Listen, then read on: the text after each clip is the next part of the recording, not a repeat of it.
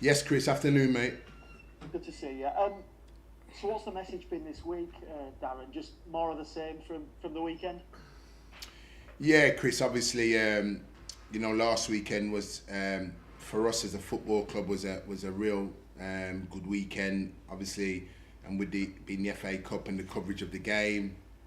And we know once you play against Premier League opposition, we know that there's more focus on the game from the outside world. So for the boys to put in a performance like that and for it to be at home in front of our home fans was a memorable day for us as a football club, and a special time, with a special result. But we knew it had to take a special performance to get that type of result. You said there it was special. It was a special night, wasn't it? But how important is it that the players, put that to one side now, a potential cup run, and focus on Wycombe tomorrow? Yeah, and that was the message really when we come in on Monday morning in terms of approaching the game one by one, and this on Monday morning it's just the feet firmly back on the ground, and we got to focus back on the league program. We got difficult opponents again this week, and we just focus and just be detailed about our work and making sure that we're putting our energies into a game that's with difficult opponents. Can I just check? Is Mark McGuinness back at Cardiff now? Yes, he is. Yeah. Is that how much of a blow was that to lose him? Yeah, it's a blow because I suppose he's talked about because how well he did when he was here, but I must sort of allude to everybody that he was a loan signing and he was never ours, and that's football. He was brought in to help in a situation that we needed, and his clubs exercised the right to bring him back, and that's it really. That's football. So I can't give him enough praise and thank him and thank Cardiff for allowing us to have him, and he goes back, and we sincerely hope and wish from here he gets a bit of championship football because he's certainly ready for it. Does that mean you're in the market for another defender? Yeah, this is possible. We've got people here, Chris, that can deputise and fill in, and we'll have a look in that market if need be to go and fill that place. Then we'll look at it. We'll have a look at the injury situation that we've got with our other central defenders in here. But as I said, it's an opportunity for one or two that we feel within the camp that can step up and step into his shoes. Are there any other irons in fires you can let us in on? Not that I know of at the moment, Chris. The only irons in fires that we've been doing this week is preparing for the game against Wycombe. There's a lot of rumours about Fizeo Delibashiru moving on, potentially either this month or in the summer. One of the links has been with AC Milan. I'm sure you've seen that. What do you make of that? Fantastic, if it is, because it means we've got a real top talent on our hands in that. But as I said, at this moment in time, Chris, like I do with all of them, I just treat it as speculation. I don't get sidetracked by the job in hand, which is just focusing on the team. Obviously, that's down to you guys to discuss those kind of stories when they do come out. But until it reaches my doorstep with an official offer to the club, that's when I'll talk about it. And none of those things have been reached. So he's not walking around in Armani suits and eating gelato in the training ground, is it? No, but he could do with it because his dress sense could be certainly better than what he's got on at the moment. Cheers, Darren. Thanks a lot, mate. All the Cheers. best. Thanks, Chris.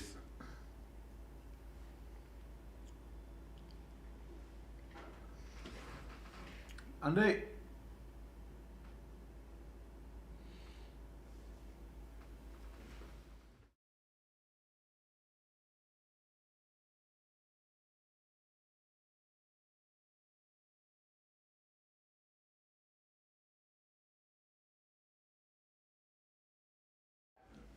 Afternoon, Joe. Yeah, good, thank you. Good stuff. Just first, I want to touch on the sort of injury situation at the club as things stand. Have you got any updates on the guys that have been missing? Anyone who might be back for Wycombe potentially? Yeah, Gregors is trained and Gregors is back and part of the squad. So I was really pleased to have him back in the squad. And apart from that, I think that's about that really in terms of more bodies in the squad. So yeah, we're happy to have him back. With Lee, is he, obviously he's trained, is he ready to start on Saturday if needs be, or is it a case of you got to sort of take your time with him? Yeah, from when they're in the squad and that, Joe, we feel that, you can't say if he's ready to start because he is, because anything can happen, whether he starts or if he's on the bench, anything can happen. So from when they're in the squad, we have to deem that they're in a position where they can start the game really. He's trained all week. He's had no reactions, which was the biggest thing what we wanted to see from the training we give him. We didn't feel he'd missed much really in terms of losing any match fitness and that. So in that case, where he's concerned with his type of injury, and we're pleased to have him back, Joe. You spoke about Mark there. Do you feel like you've got enough with the guys you have? Obviously, you've got a couple of injuries. Ben's out for the season. Icky's out for a little bit. If you weren't to sign anybody, for instance, do you think you've got enough in-house to do what you need to do this season? What I'm going to say, Joe, is let's have a look in these next few weeks. The proof will be in the pudding. We'll have a look at the results that we get with the personnel that we've got, and it'll be a clear signal whether we feel we have enough or if we haven't got enough. And that'll be the proof will be in the pudding over these next few weeks with the results. You were saying to me the other day that you were, Akin was chomping at the bit trying to get in and he wasn't getting his chance. I think he's going to get that now. Well, he's certainly in a more healthier position than he is now. But obviously, you got to remember that, in those positions, Reece has been deputising in there, Palms has been in there, Dominic Iorfa has been in there. So we still got competition, but him himself as well, Akin's been in that position as well where, he's chomping at the bit to get in. So, whatever we've got those and there's a competitive spirit amongst them, that's what we want, because it means they want to play, it means they want to showcase the best of themselves, which can only mean one thing for us. It means getting the right performance, and we know if we get the right performance, then the results are never too far away really. So we need that continuation of that, Joe. We got a tough game, difficult opponents, but it's another game again, Joe, that we get ready and prepared for, and plan and prepare for it, and we look forward to the challenge. Have you had any sort of better indication of when you might be getting Barry Bannon back yet? No, we're not putting any pressure on Baz. We're just allowing Baz and the medical team to continue doing his rehabilitation work. But the signs look really, really good with him, which is great. With the Wycombe game, obviously, I'm sure you're not going to tell us which goalkeeper's starting. Cam's obviously been great recently, but have you been having a chat with David about how to possibly get a couple of extra bits on his former club? Yeah, I mean, Stocker's the ultimate professional. Obviously, with it being his old club where he came to us from, and the success that he had there, obviously he'll know about certain individuals and personnel within the ranks of that football club. And as I said, but we've moved on. It's been a whole season on, so lots of dynamics can change there. So we can only go off, like I said, the data and that we've got. Both clubs know each other really well over the last couple of seasons playing against each other. So I envisage again a good close fought game. How important could this weekend be? Obviously, there's the Ipswich Plymouth game, and I know you don't like to focus on other teams, but regardless of what happens there, if you can get a win, you can either close a gap, open up a gap, maybe do both at the same time if they draw. How much of a role does that play in your thinking in terms of trying to get a good result here? Yeah, but again, Joe, and you are right, because my mentality, we've spoken lots and lots of times, so you know what I'm about in terms of that. But for me, it's just focusing on Wednesday, and it really is that. And I just see Sheffield Wednesday as my responsibility, or part of the responsibility, in trying to get and stay consistent with results, and that's exactly what I've been doing again this week. I don't really lift my head to see other parameters and if that works or if that works. We just try and keep it within ourselves really, and making sure that the players give the right account to themselves, the players be competitive, and the players are always looking to improve, Joe. and that goes for the players, that goes for me, that goes for the staff, and that's what we try and do, setting the challenging environment for us to be better here, and that'll get tested again on Saturday, and that's where it's at. After the game, we'll lift our heads and see where that takes us. Brilliant. I want to touch on Alex Martin. Obviously, the decision was made to send him back to Forest. Can you just sort of talk to us about what the thinking was there and why you decided that you sort of want to cut that short?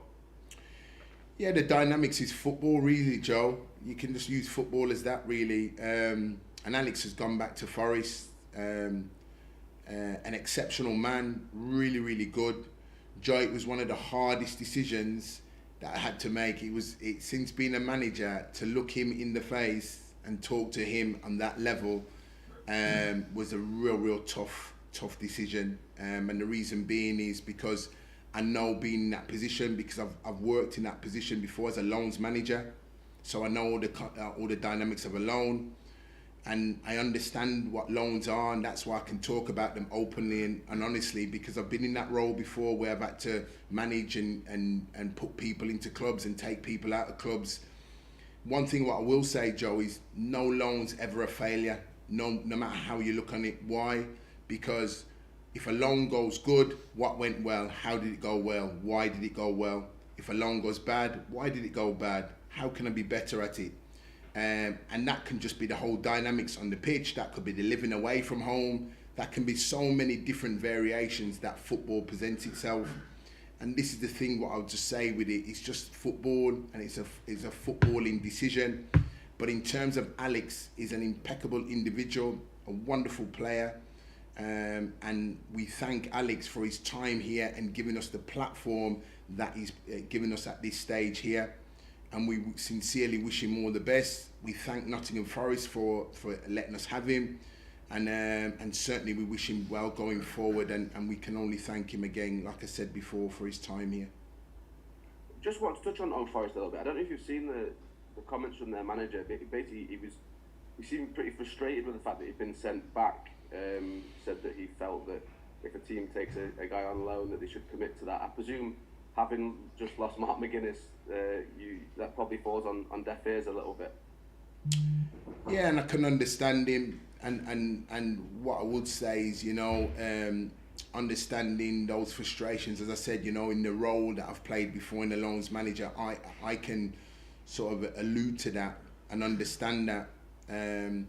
But what he'll probably understand me saying, football comes into it with the different permutations and the parameters of the game, and that's what's happened here. As I said, for me, it was one of the hardest decisions in my managerial career to talk to him.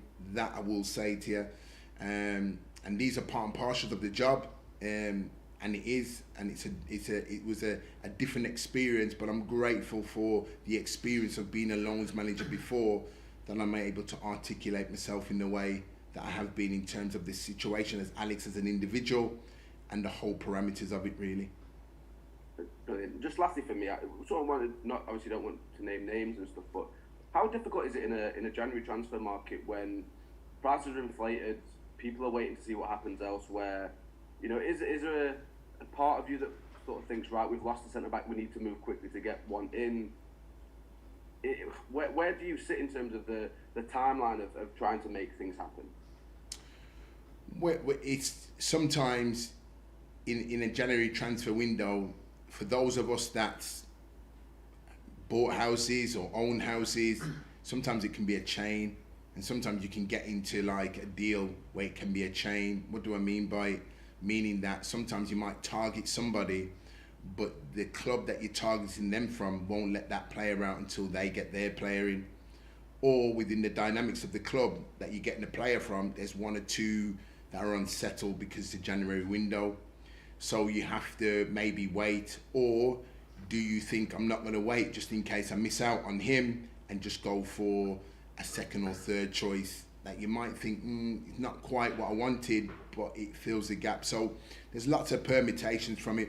What we've got to look at is where we was at the start of the January window.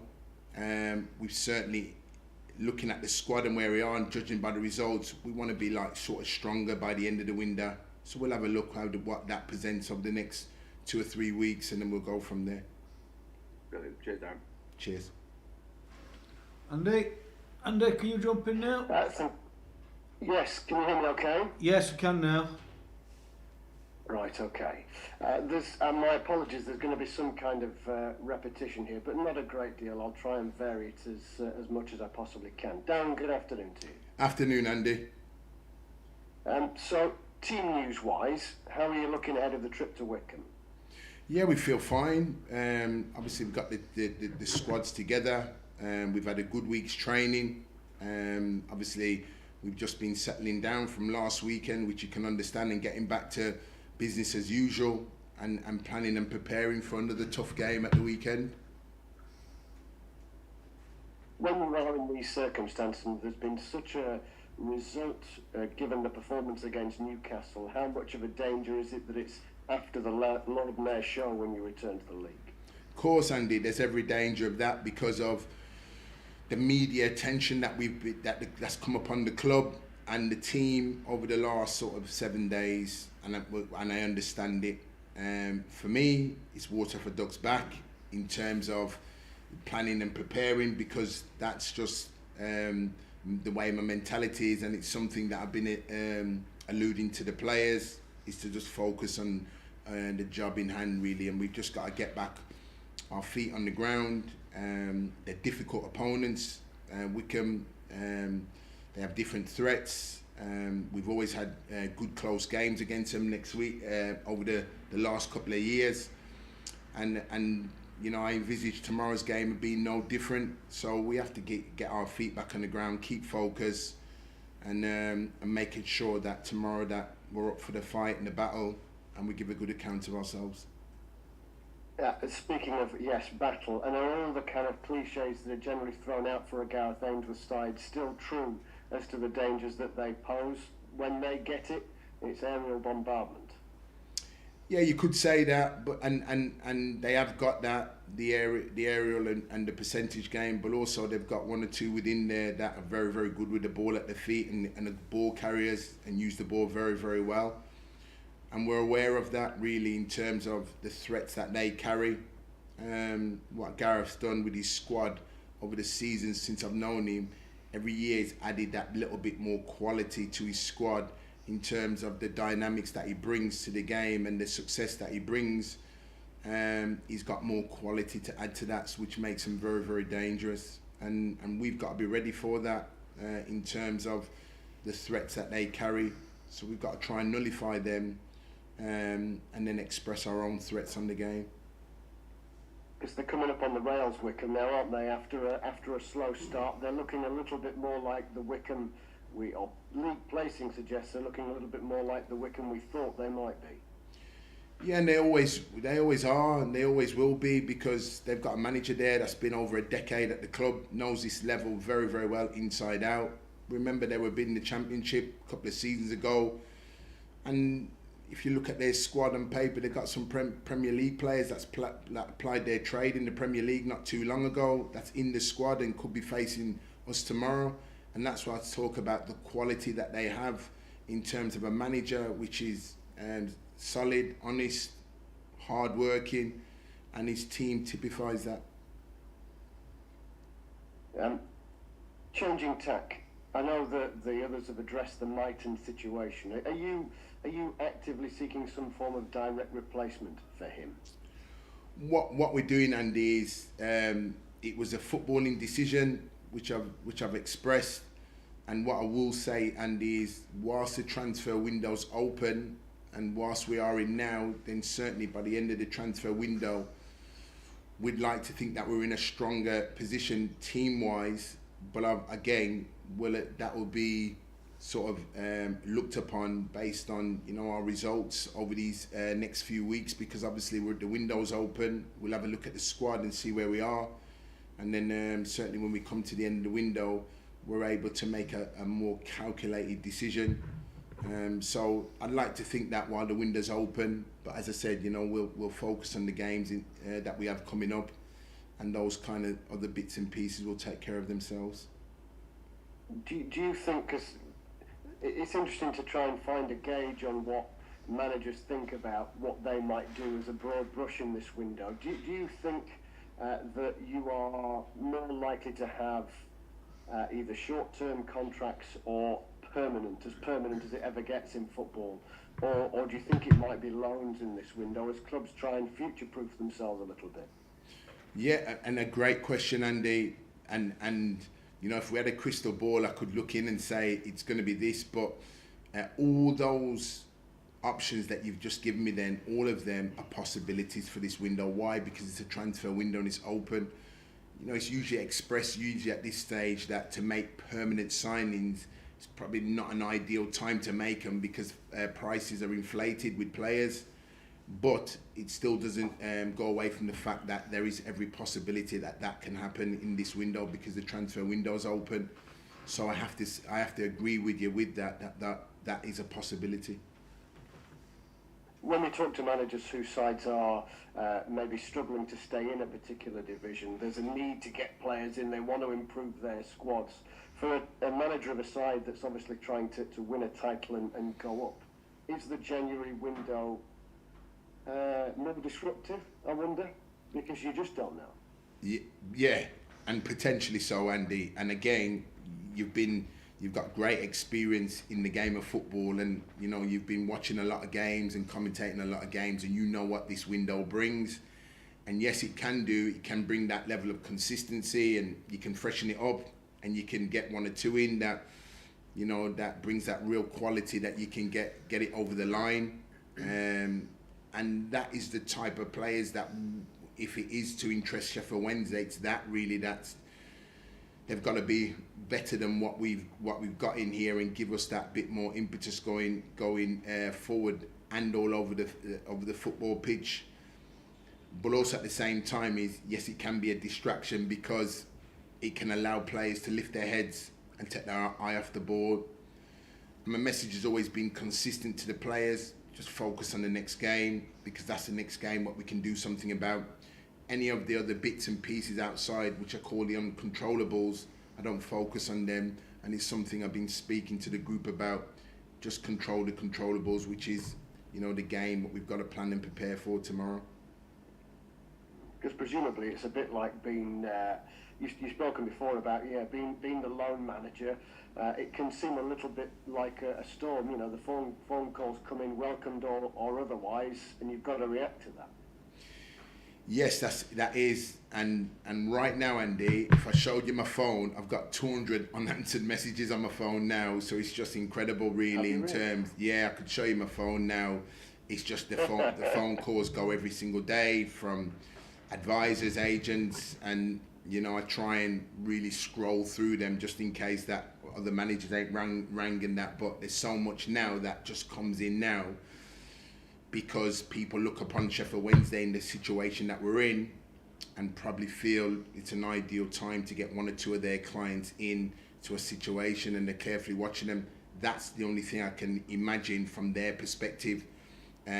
What we'll look at is our perspective and only look that if we feel there's an area that we feel we need to strongly support and strengthen, then that will be the case. But again, that has to be done with the right personnel to come in and make sure that it's the right fit for what we're trying to do here.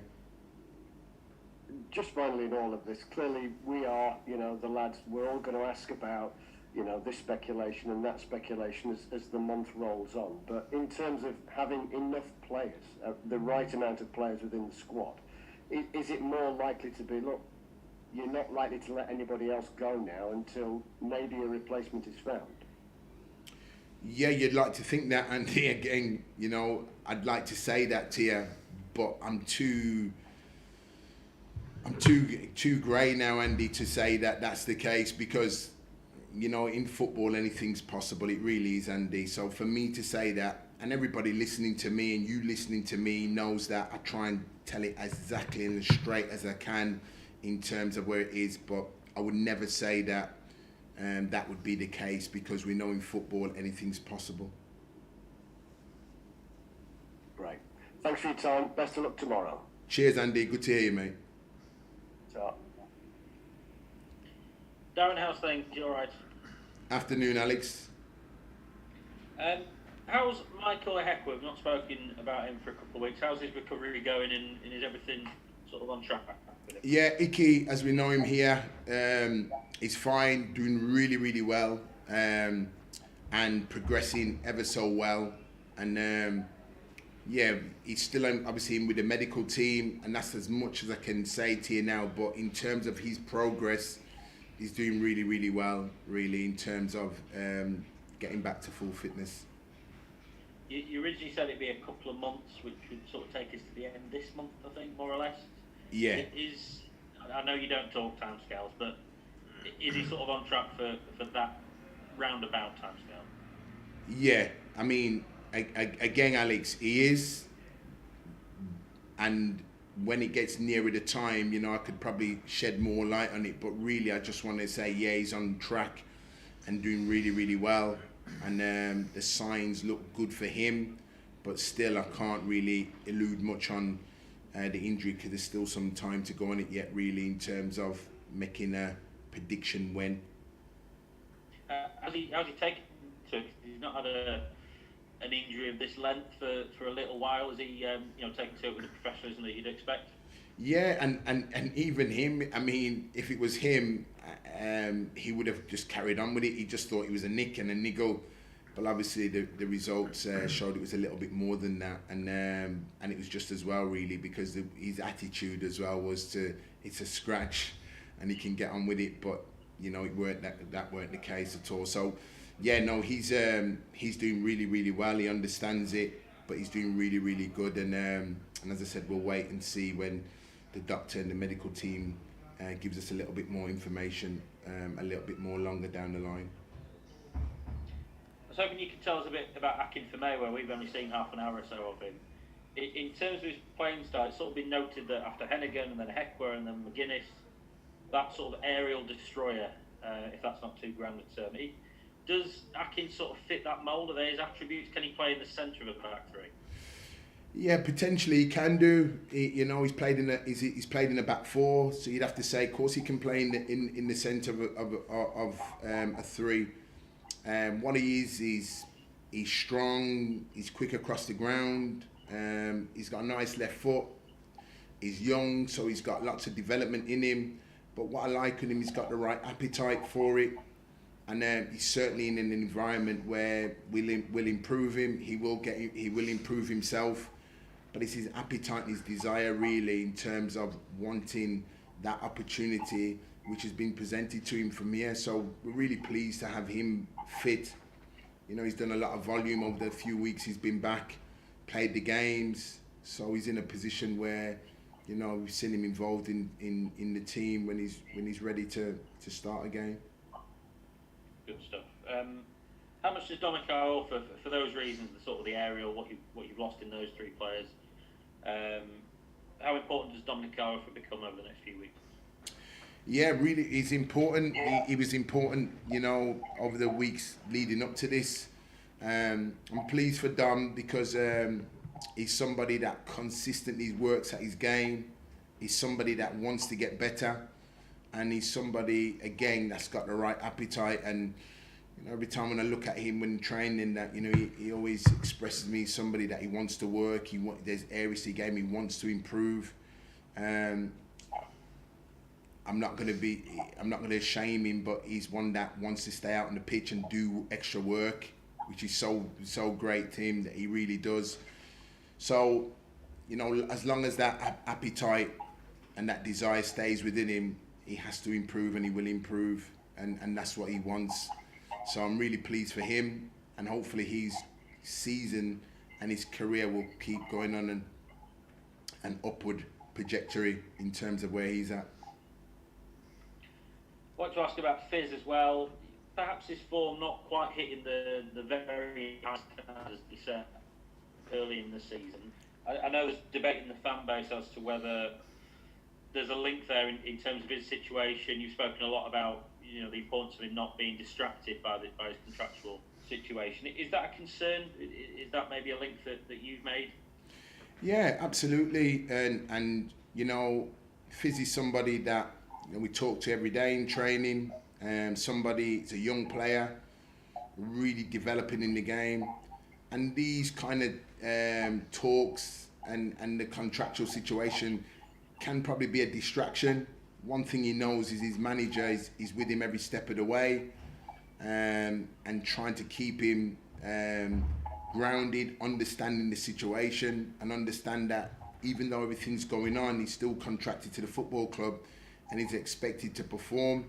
You got to remember, he's only young. He's only really young in terms of football years as a player on the pitch. So there's things on the pitch that, you know, may go for him or not go against him, but that can't be deemed a distraction in terms of where it is, even though you can add that to it. The big thing for me is making sure that I'm talking to him every day, making sure that I'm breaking down his game and putting it back together, and making sure that there's an understanding to his game in the roles and responsibilities that he plays, that he carries out for the team. And when he does carry it out, it's important because it helps the team a lot. And that's the bits and pieces that I'll continuously be with him in training and discussing with him and working on the training ground to see that improvement from him. We got wind that there's there was, maybe you can tell us, a young Kiwi striker that was on trial with the club, probably spent more time with the under-23s, Oliver Colotti. Gather he had an injury. What's the latest? Do you know the latest in terms of whether his trial is going to continue or what the situation is there? No, I think with it, I'm not sure if the trial's going to continue because of obviously the injury. I didn't get round to seeing him because obviously when they do come in, they train with the under-23s, and then if they're at a level, they'll quickly get passed on to me for me to cast my eye over them. But it didn't quite get to that, so I'd be in the dark with that one, Alex. Yeah, no problem. You told us last week a couple of inquiries might go in the sort of early this week. How have those inquiries gone? For you said that there were a couple of players that perhaps could strengthen the squad, and that the club would be launching inquiries early this week when you spoke to us last Friday. How have those inquiries gone? Those inquiries, Alex, at the moment are ongoing, and that's as best as I can say. You know, I kind of alluded to it about, you know, getting into, you know, it's almost like, you know, buying a house, you know, and you can get into it like a chain. And those inquiries have gone in with those certain individual players and clubs. But as I said, we're very respectful of those clubs in the situation that they're in at the moment, and with the players that we've expressed a desire with. And what are the names of those players? No, I'm only joking. Have you had a call from Robbie Nielsen this week? I had a phone call from Robbie 40 minutes after last week when we spoke, and we had a real good chat, me and Robbie. As I said to you, I know him really well.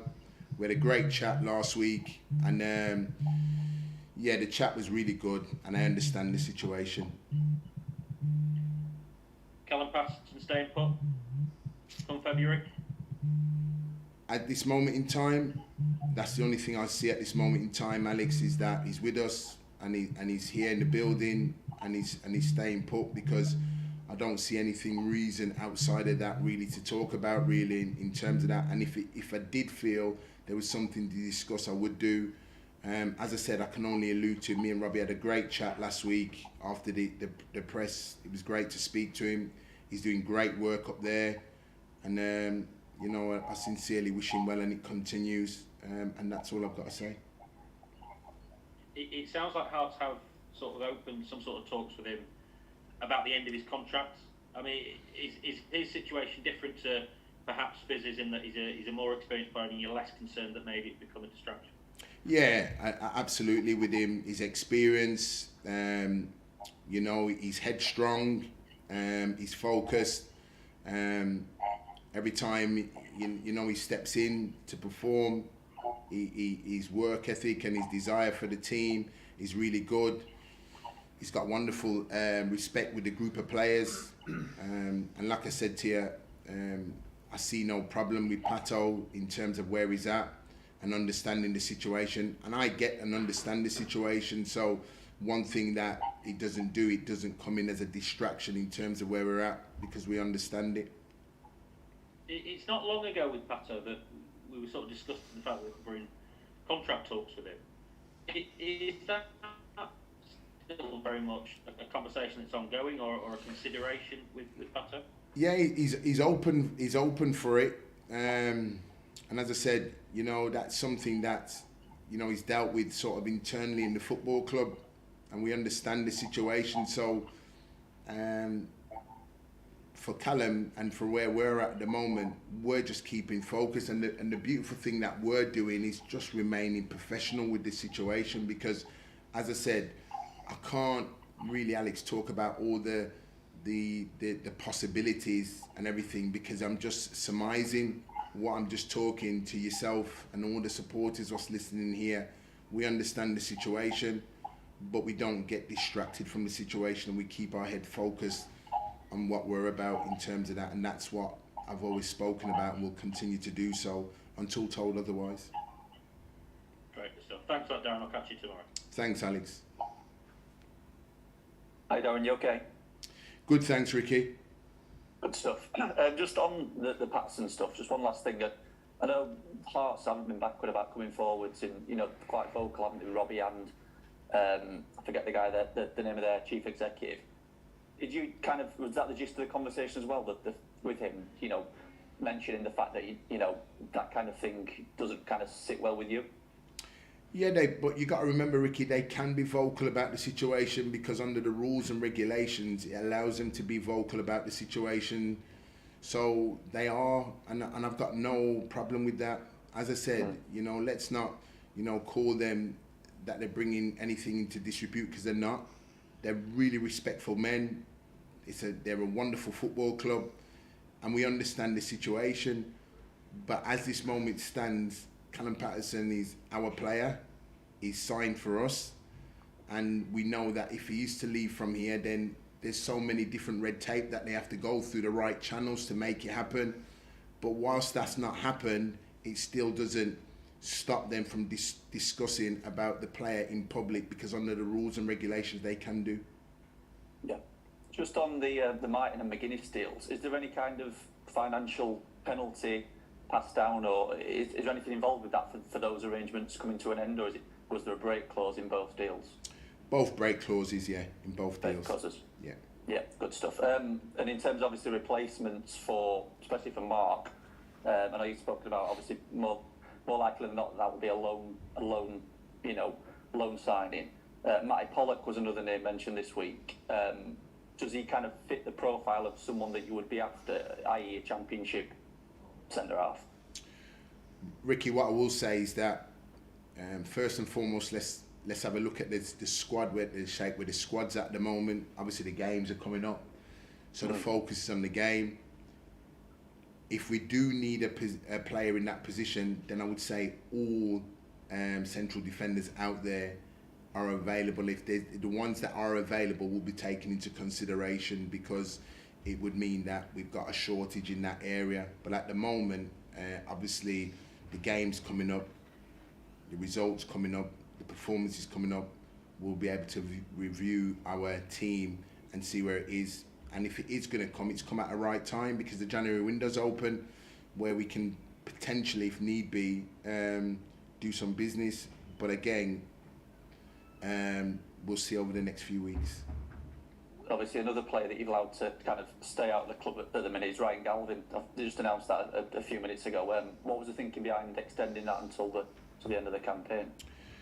Yeah, no, like him, and he's getting first team football. As I said, we're watching him, we've seen his development. Rather than him come back here, as I said, we've got Reece, Marvin, Jaden on that left-hand side. Yeah. That we feel, where he's at now, it's important that he continues developing going forward, which he is getting from the game. So we'll keep monitoring, and he's doing okay. Just on sort of talk about Dennis Adeniran, obviously come on and really impressed against Newcastle.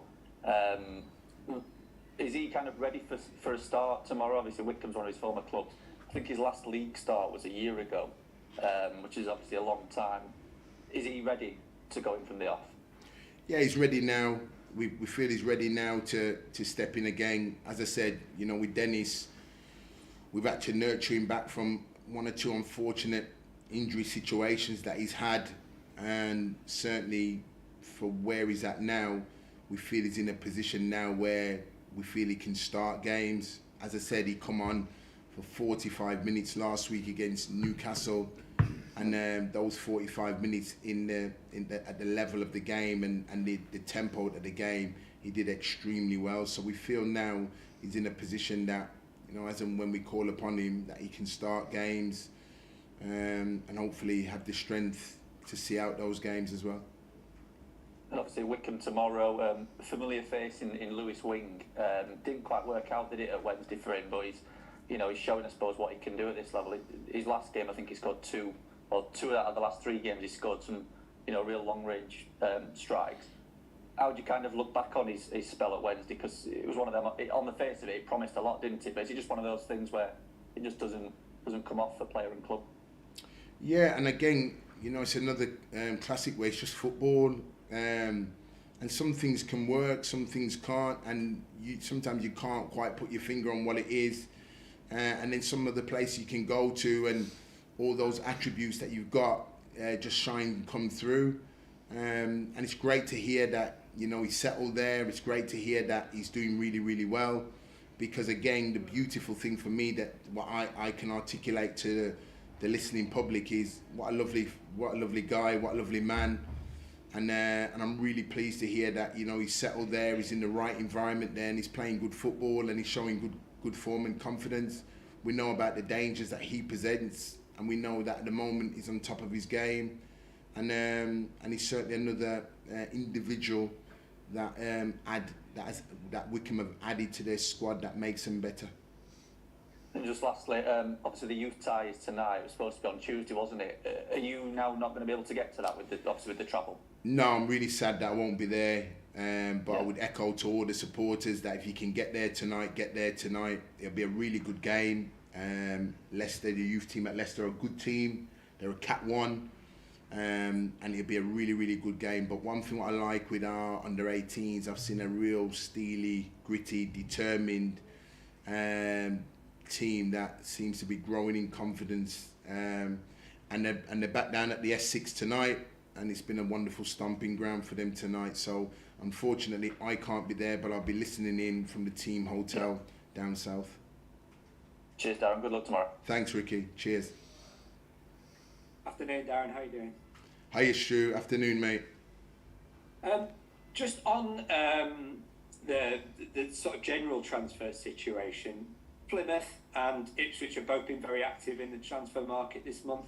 Obviously, very different circumstances to your club. I'm not going to ask you to comment on them because that's not fair. But just in terms of Wednesday's own circumstances and where you are right now, would it be dangerous if you were actually to do too much in the window? Because you've obviously tried to keep quite a tight squad this season. Yeah, I have, Stu, which you have saw from last season and to what we've done this season, is keeping it really tight.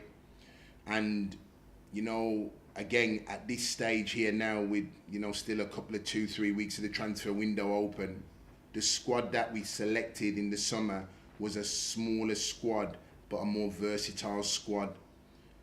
That's going to be tested again now in these next couple of weeks, because we've had a couple of players return back to their clubs on loan, and obviously we've had to contend with and deal with a couple of injuries, so we've managed that. And that's been really good over the first part of the 24-25 games. But obviously we've still got a second half of the season to go. And I suppose if ever there was a time for that to come, it's now, because it gives us a chance to look at where we're at. And it gives us a chance that if we feel where we're at, we're happy where we're at, fine. If not, then within these next couple of weeks, 2 or 3 weeks, if we feel it's right, then we feel we can strengthen. We look at the squad where it is now, and as I said before, that if we feel that squad's not right, then we certainly come the end of the window, we need to put in and install in to make sure that we keep the strength of the team going and moving in the right direction, without mitigating and getting too many bodies in just for the sake of it. Yeah, I mean, can that balance be difficult to strike? I mean, obviously, you're quite experienced now, but maybe when you were in your first few windows, it must be quite a nice comfort blanket to think, if I could just get another striker, for argument's sake. Yeah. it's just reassurance, isn't it? But maybe actually not the right thing to do. Well, I'll take you back to the first window when we was here, Stu, and you know, we signed in the space of 2 weeks, we signed about 12, 14 players. And while ever those signings were really exciting for everybody and brought a real excitement here, I knew within those players signing they weren't fit. And it proved the case after the first month of being here. And if you look back at the injury history record, they dropped like flies, really. So I was always juggling, and the central defenders all got injured. What we were able to do was this season was implement a group of players. The strength and conditioning coach in Rob Lee was here and give a proper pre-season where the team were more here over pre-season. That's coincide with the squad being a little bit more robust, a bit more versatile in terms of the recruitment this season than it was last season. So things were learnt from last season that we've applied this season, and you know, you've seen with the performance of the group and the players and the versatility of the squad so far. So those aspects will be taken into consideration in this January window. Who's available, who's not available, who have we gained in terms of coming back in the squad, who have we lost in terms of going out the squad. And those are the bits and pieces where discussions are always ongoing. 24 hours in football is a long time. As I'm talking to you here, Stu, the picture can very much change tomorrow. So that's the bit that we're in. But the beautiful thing is we're in a January transfer window where it can go either way, and that's it. And I'm absolutely open to that. Whilst all that's going on, there's a real focus and determination to keep with the squad in terms of keeping us going forward. Yeah, and to talk about the football, I mean, because of all the things you said about the Newcastle game, the profile of it, and what a great day it was, have you found yourself having to watch extra carefully this week for signs of anybody just not quite at the right mentality? Yeah, of course. And while you don't want to take away the camaraderie of the group, which you can understand, also at the same time is you don't want to be miscomplacent with one result, because that's what it is. At the end of the day, the game's been, we gave a really good account of ourselves in the game. It had to be that. We knew that we had to perform really well. And we get back to the league programme. I said it was a fixture when it was first done. I was pleased for the fans. That more than anything, because it was seeing a Premier League team back at the Sheffield Wednesday, which our older generation, the support group, would have seen and been used to, but the younger group would have seen an experience, and what an experience for both sets of supporters that we got the win and the performance. And I don't want to take anything away from the players, because it was an exceptional performance, and I'm pleased for everybody connected at Sheffield Wednesday for the game. But what we have to do is get back to the league programme, Stuart, as you know, and we've got a real tough game, and a game that, you know, will get tested beyond doubt, but we need to quickly make sure that we're ready for this test tomorrow. Do you think in many ways it's a good game for you? Because as you say, it will be a tough test, but I would have thought that there's no danger of complacency when you're away from home against a team with Wycombe's qualities. It's the sort of game that forces you to be switched on, isn't it? Yeah, and I've said to the group of players, in terms of, we know that the team that we're going up against tomorrow is a really, really good team. But I said to the players, anybody would have been playing tomorrow, any team in the division would have been playing tomorrow, it's going to be a tough game. Why? Because of what happened last Saturday. And it was on prime time TV, and everybody was watching it, and the news that's gone out around it. That for me is gone, and that hopefully for the players should be gone, because tomorrow it's a really important game for the fans. They can eulogise about it and speculate about it and be in a joyful mood. But for us, is keep getting our professional hats on and getting back to the basics of football, which is to prepare ourselves and be ready for another tough game. Excellent. Thank you very much for your time, Darren. Good luck. Thanks, Stu. Thank you. Cheers.